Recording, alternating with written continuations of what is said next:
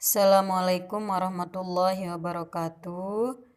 Alhamdulillahirabbil alamin. Pada pertemuan kali ini kita sudah berada di semester 2 ya.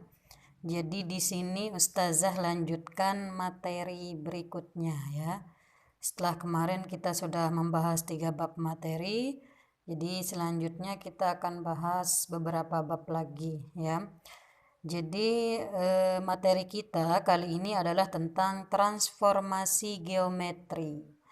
Apa itu transformasi? Jadi transformasi ini adalah suatu proses yang mengubah posisi ya, atau bentuk benda. Jadi perubahan posisi benda, kemudian perubahan benda itu bisa terjadi ya.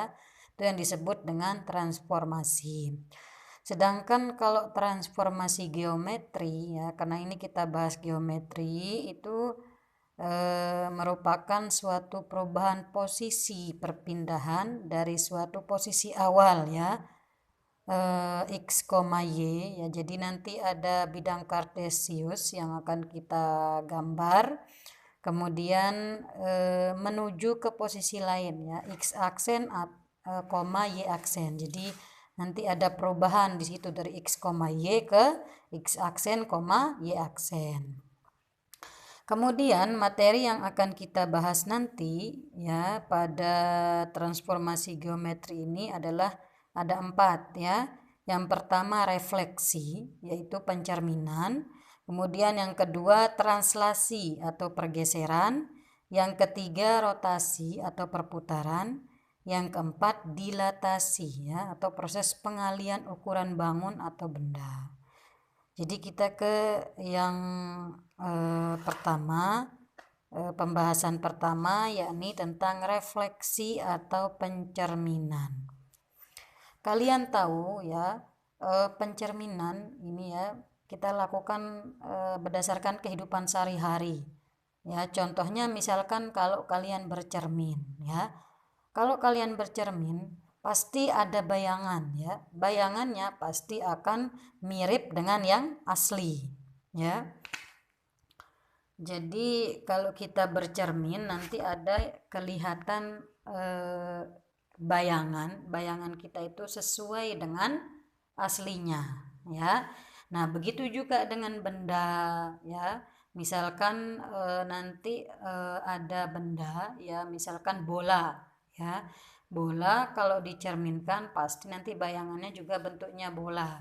Yang berubah itu adalah bentuk posisi bayangan ya. Misalkan saya punya contoh ya begini.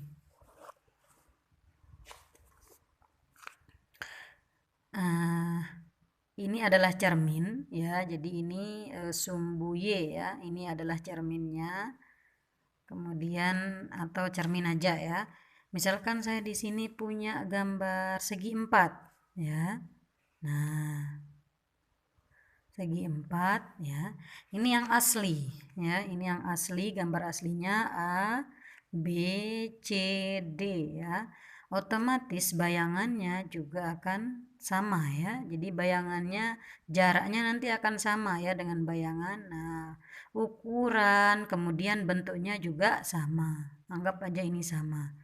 Nah, kemudian bayangannya inilah. Nah, kita lihat kalau di sini B, berarti di sini B aksen. Nah, ini bayangannya di sini A aksen, kemudian di sini C aksen, yang sebelah sini adalah D aksen. Nah, jadi bentuk bayangannya persis sama ya. Jaraknya juga akan sama, yaitu yang disebut dengan pencerminan.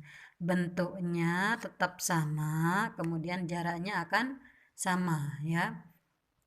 Kemudian garis yang menghubungkan, ya ini garis yang menghubungkan pencerminan ini dia akan tegak lurus ya.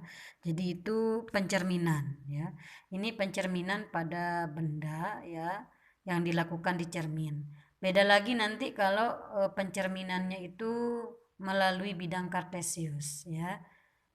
Nanti bisa dicerminkan terhadap sumbu X bagaimana, terhadap sumbu Y bagaimana ya. Oke, kita lanjut. Bagaimana kalau contohnya itu pada bidang kartesius ya. Jadi bidang kartesius ini ya terhadap sumbu X dan terhadap sumbu Y ya. Jadi misalkan di sini saya punya ya pencerminan ya, misalkan dari titik min 1,2 ya, saya punya di sini ya, ada apa namanya titik ya min 1,2 ya. Maka pencerminannya juga kalau terhadap sumbu X, berarti ini yang sebagai cermin ya.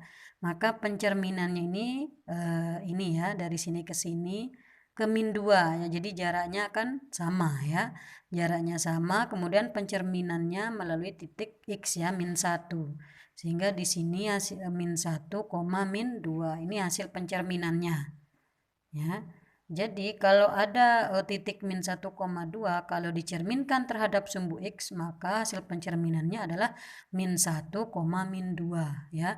Begitupun sebaliknya, kalau misalkan di sini ada titik min 1, min 2, tapi kalau dicerminkan terhadap sumbu X, maka di sini hasilnya adalah min 1,2 ya. Bisa dipahami ya. Contoh lain ya, misalkan kita mau mencerminkan bidang kartesius ini ya, di sini sumbu X, di sini sumbu Y ya, terhadap misalkan sumbu Y ya. Kalau terhadap sumbu Y ya, misalkan saya punya di sini 4,2 ya. Nah, berarti di sini kan. Nah, misalkan pencerminan yang ini ya, terhadap sumbu Y berarti kan ini sebagai cermin ya. Jarak yang ini yang kita lihat ya. Kalau pencerminannya terhadap sumbu Y berarti ke sebelah sini ya. Jaraknya akan sama ya, karena di sini sampai 4, di sini juga harus sampai 4 ya. Nah, sampai sini. Sehingga jarak anggap saja sama ya. Jarak antara ini dan ini pasti sama ya. Sampai 4 sampai 4. Ini hasil pencerminannya.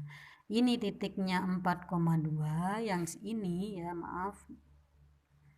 Yang ini hasilnya min 4,2. Oke, bisa dipahami ya.